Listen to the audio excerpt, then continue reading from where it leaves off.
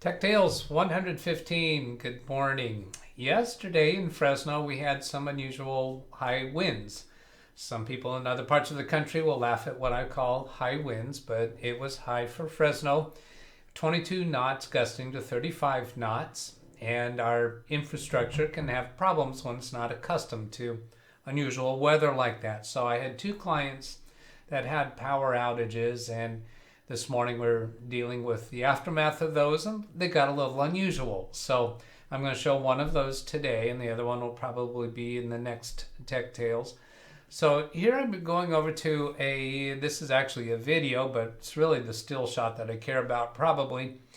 These are the bare electrical wires, bare metal wires, and yesterday in the wind, there's some slack in these wires. And they touched each other, and one of these braces broke, and the wires touched each other, and one of the people in the office saw the sparks flying, and the neighbor heard the sparks flying. So they kind of look like twist ties, and they're non-conductive, and they hold these wires apart, and they put these on stretches of wires that are not tight enough. So there was only one of them, and it broke. And there's a little fragment of the broken piece right there. So there's two technicians out here, repairmen out here, and they're putting on some additional wires. This is one of the replacements that they did.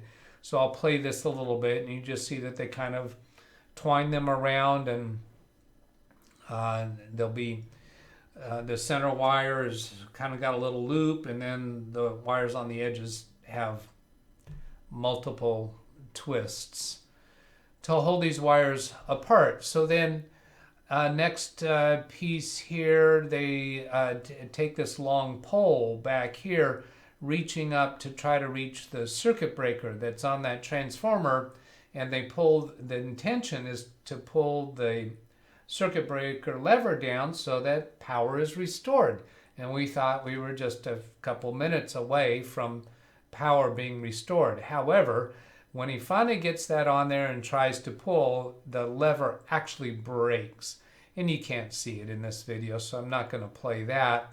And then he goes up in his bucket again to actually take pictures. I'm jumping forward in this video, so he's actually got his cell phone out taking pictures of this circuit breaker lever. So that's actually what went wrong with the power, and you can see now there's one of those separators there, and there's one here, and there's one here. So I want to move now on to what we did for this, and I've shown in Tech Tales before this particular law office, and we've got this server, and the one on the bottom is used, and this third one is a spare in this empty area. Here is another one of their servers that I have actually in my other room here. And then this is the back side. Now, so what I did is I unplugged the servers from the wall and unplugged this surge protector from the wall. And these servers have two power supplies in each of them. So I've only got one of those power supplies plugged in to the surge protector for each of those two servers, and then the third electrical outlet runs up to the monitor at the top. And we first tried to run off of this one surge protector and attaching it to the AC outlet on a SUV vehicle. And the servers wouldn't turn on with that. That SUV was not providing enough power. So we were able to run one server off of that SUV. So here's the power cable coming out of the back of this SUV. And then we brought, one of the other staff members had a generator that they would use for camping. So they brought that in. It runs off of gas. This electrical extension cord is going out to that SUV, and this one is going to the gas generator. So they're each attached to a different surge protector, and each surge protector is powering one server. That server and that server, then this is the monitor. We were able to get both servers up and running so they could retrieve information about who they need to call, what client appointments were coming in that day. And this is a switch, a network switch, so I could connect the two servers to each other so they could talk to each other. They were both already configured with static IP addresses. Being servers, that would be a common thing to do. So this switch is also connected to one of these surge protectors. Then here I have this power meter, and that's this box right here. That's actually a power measuring device they have. So this is showing 1.5 amps that's being drawn for that one server. This is the gas-powered generator that was in the front of the building, and the power cord going in through the front door. And this was this was that actual broken separator. That was my first picture, I think, of that. So let me punch through these because I've already shown you that stuff. So then here is the wiring room.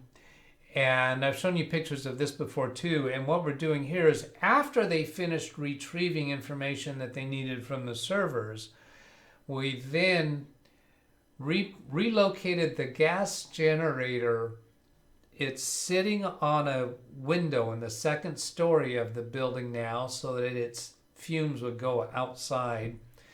And we connected to the phone equipment to power up the phone equipment so that they could be able to have phones up and be able to answer phone calls, because they have an IP phone system, but it's all housed within their building. So that means when somebody calls them, they get an actual number not in service type of message, or it's a Verizon out of service message. I don't recall exactly what it says. I did hear it. But so here's where the phone equipment plugs in and all the network switches. This goes to a power strip surge protector that's mounted on this wood wall. It's up in the upper left that we can't see right here. And then this one comes down to a surge protector that's on the floor, powering equipment. So here's, then I unplugged that from that wall outlet and plugged it into a surge protector that is coming from this gas generator that this extension cord is running to. And here's my power meter to figure out how much power we're using. You know what? I realized that I didn't play the video for you on the servers to show how much they're using. So let me play this video. And this is showing, the camera didn't turn right, so 192 watts, 188 watts. So under 200 watts for all of that power, and that's a 1,000 watt generator. So we're getting plenty power. Let me go back, left arrows, I'm backing up to where I had that power meter on the servers and show you what one server was using here. Yeah, so here's where the servers are, and click the play button for that. So when we get to watts, that's the part that we care about. 128 watts, 147 watts, 131 watts. When I first turn these servers on, the fans spin up really high. So they run about 180 watts when I first turn them on. But when they're actually running, we're at around the 140 watt level. So advancing forward back to where I'm showing that power, and then this was another one of the same one, so I'm not going to play that one. And then these are all the lights that are on for the network switches and the phone switches. This is actually phone modules here that we're looking at. So their phones were back up online for them to be able to answer calls. Of course, they're working in a dark office. Their computers aren't on, the lights aren't on. No air conditioning, but we didn't really need it today. Or heat. So that's how we recovered. Now, that transformer circuit breaker switch that broke, they're going to have to come back and replace the entire transformer. And they told us they thought they'd be able to do that at the end of the day. This was around noontime when those pictures were taken. It's a mix of 9 a.m.-ish and 12 noon. We started out the morning by connecting the servers to remote power around 9-10 a.m. in the morning, and then it was around noon that they came out to actually try to restore power. And then after that is when we moved the generator up to the upstairs and brought their phones online. At that point, we had shut down the servers. So that was the excitement today. I hope that was useful. Have a great day. Catch you later. Goodbye.